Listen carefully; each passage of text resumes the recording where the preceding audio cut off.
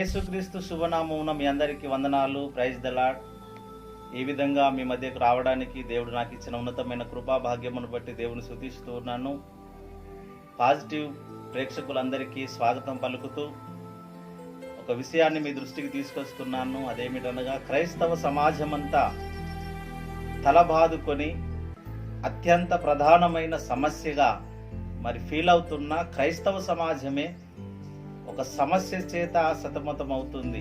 అదేమిటనగా దేవుడు ఒక్కడా ముగ్గురా, ఏకదేవుడా త్రిత్వమా అనే విషయములలో సగటు క్రైస్తవునికి ఒక్కొక్క అభిప్రాయం ఉంది. ఒక్కొక్క అభిప్రాయం చేత ఒక్కొక్క క్రైస్తవుడు కొనసాగుతూ ఉన్నాడు. ఎక్కువ సగటు ప్రజలు, క్రైస్తవ సమాజము యేసుక్రీస్తు, పరిశుద్ధాత్మ దేవుడు, యెహోవా అనబడిన వాళ్ళు ముగ్గురు త్రియేకము, త్రిత్వముగా ఉన్న ఏకదేవుడని నమ్ముతున్న వర్గము ఒకటైతే, యెహోవాయే ఒక దేవుడు, మిగతా వాళ్ళు కాదు అని, దేవుడు అనబడిన వాడు ఒక్కడే, ఆ ఒక్క దేవుడే యెహోవా, మిగతా వాళ్ళందరూ దూతలు కానీ ఇంకా అనేక రకాల విషయములను వాళ్లకు ఆపాదించి, అనేక బిరుదునామములను వారికి ఆపాదించి పరిగణించే క్రైస్తవ సమాజము కూడా ఉంది.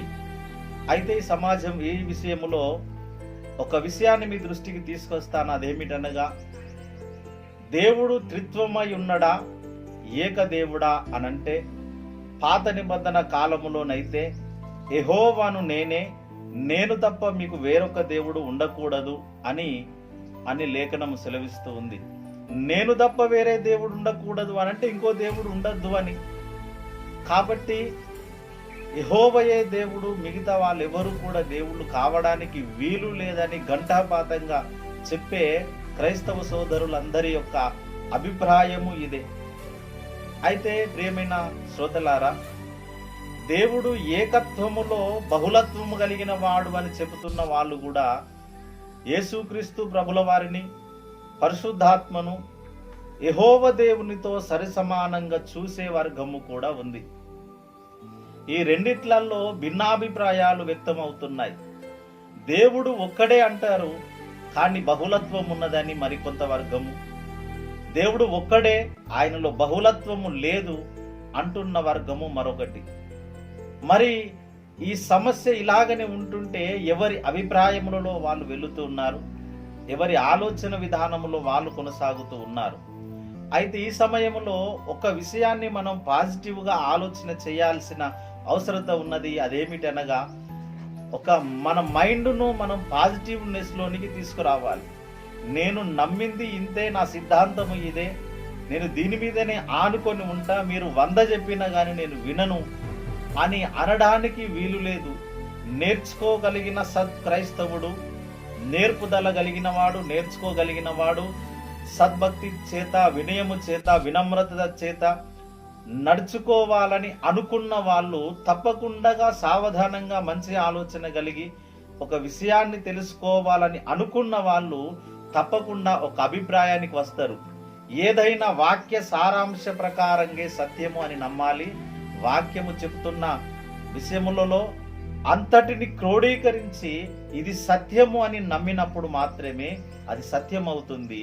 ఒక్క వాక్యమును గాని నీవు నమ్మిందే సత్యము అని అనుకోవడానికి గాని మా పెద్దలు, బిషపులు, రెవరెండ్లు, చాలా గొప్ప జ్ఞానవేత్తలు, వయసులో పెద్దవాళ్ళు, చాలా చరిత్ర కలిగిన వాళ్ళు చెప్పారు గనుక ఇది సత్యము అని నమ్ముతున్నావు అనంటే నువ్వు వాక్యానికి ప్రాధాన్యత ఇవ్వట్లేదు అని అర్థం. వాక్యమునకు ప్రాధాన్యత ఇవ్వగలిగితే ఎవరు చెప్తున్నారనేది ఇంపార్టెంట్ కాదు, కానీ విషయము ఏమై ఉన్నది, సబ్జెక్టు ఏంటిది అని అర్థము చేసుకొని ఆ ప్రకారంగా నడవాలని అనుకుంటాడు ఒక సత్క్రైస్తవుడు. అయితే ప్రియమైన వారలారా, మనము ఈ విషయాన్ని బట్టి ఒక మంచి ఆలోచన కలిగి ఉందాం. అదేమిటి అనంటే, భారతదేశము అనబడినది భిన్నత్వములో ఏకత్వము కలిగిన దేశము అని అన్నాం.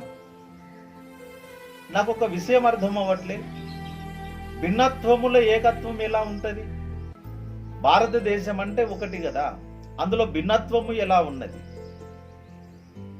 భారతదేశములో భిన్నత్వము ఎలా ఉన్నది అనంటే అనేక రకముల సమాజము ఉంది, రకరకాల వర్గాల ప్రజలు ఉన్నారు, నివాసం చేస్తూ ఉన్నారు. కొన్ని విషయాలలో కొంత నాగరికత, కొన్ని ఏరియాలలో ఒక రకమైన నాగరికత, మరో ఏరియాలలో మరొక విధమైన నాగరికత, కొన్ని పట్టుదలలు, కొన్ని కట్టుబాటులు, కొన్ని పద్ధతులు, రకరకాల భిన్నత్వములో వారి వారి పద్ధతులను వాళ్ళు చేస్తూ ఉన్నారు. ఈ అన్నిటిని క్రోడీకరిస్తే బహుళత్వములో భిన్నత్వము మనకు గోచరం అవుతుంది. బహుళత్వంలో భిన్నత్వం ఎలా ఉంటది అనంటే రకరకాల పరిస్థితులను బట్టి ఇది భిన్నత్వముతో కూడిన ఏక సమాజము భారతదేశం అని మనం పిలుస్తూ ఉన్నాం. ఓన్లీ 200కు పైచిలుకు కలిగిన దేశాలలోకెల్లా ఒక్క దేశము భారతదేశములో భిన్నత్వము ఉంటే, చరాచర ప్రాణికోటిని సృష్టించిన ఆ సర్వేశ్వరుడు అనబడిన ఆ దేవునిలో భిన్నత్వము ఉండదా? బహుళత్వం ఉండదా? ఏకత్వమే ఉంటుందా?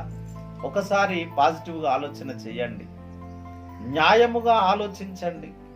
బహుళత్వము లేనివాడు దేవుడు అయి ఉండొచ్చా?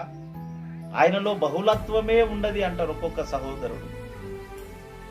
ప్రేమిన వారలారా, ఈ సమస్య చాలా ప్రధానంగా వెలువడుతుంది ఇంటర్నెట్లో, మరి మీడియాలలో. కాబట్టి నేను మీ ముందుకు రావాల్సి వచ్చింది. ప్రేమిన వారలారా, ఒకసారి ఆలోచన చేద్దాం.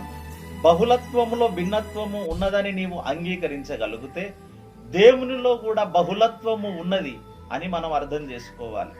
ఎందుకు అనంటే ఆయనను మనము గాంచడానికి, గ్రహించడానికి మన మేధాశక్తి అసలు సరిపోదు. ఆ సర్వేశ్వరుడు అనబడిన వాడు, మహోన్నతుడైన దేవుడు, మనము గ్రహించలేని అతీతుడు, మన ఊహలకు అందని అగోచరుడైన దేవుడు. ఆయనను మనము గ్రహించడానికి వీలు లేదు. మన ఆలోచన పరిధికి అవతల ఉన్నవాడు దేవుడు. మన మైండ్కు, మన ఆలోచనకు, మన యొక్క పరిజ్ఞానానికి అవతలగా ఉన్నవాడే ఆ సర్వశక్తిమంతుడగు దేవుడు. అవతల ఉన్నవాడు ఆయన, అగోచరుడైన వాడు. ఆయనను నీవు సంపూర్ణంగా అర్థం చేసుకోవడానికి ఎన్నటికీ సాధ్యపడదు. కాబట్టి ఆయనలో బహుళత్వాన్ని వెలికి తీసి ఏం చేశాడు అనంటే అనేకులకు పరిచయము ఉండేటట్లుగా చేశాడు. తిమోతిలో, 1 తిమోతి పత్రిక 6వ అధ్యాయములో తెలియజేసిన విషయం ఏమనగా, ఆయన సమీపించరాని తేజస్సులో ఉన్నాడు. ఆయనను చూడడానికి ఎవరికి అవకాశము లేదు. ఆ అవకాశము లేని దేవుడు, సమీపించరాని తేజస్సులో ఉన్న దేవుడు అందరికీ తెలియజేయాలనుకుంటాడు. ఎందుకు చేయాలనుకుంటాడంటే 1 యోహాను పత్రికలో చెప్పాడు, ఆయన ప్రేమ స్వరూపి అయి ఉన్నాడు, ప్రేమమయుడై ఉన్నాడు, ప్రేమ అయి ఉన్న దేవుడు ఆయన. ప్రేమ అయి ఉన్నది, ప్రేమను వ్యక్తపరచాలి అనంటే ఆయనకు తప్పకుండా వేరొక అవసరత ఏర్పడ్డది. ప్రేమను వ్యక్తపరచాలి అనంటే సమీపించరాని తేజస్సులో ఉన్నాడు కదా. ఆయన ఎలా ప్రేమను వ్యక్తపరచగలడు?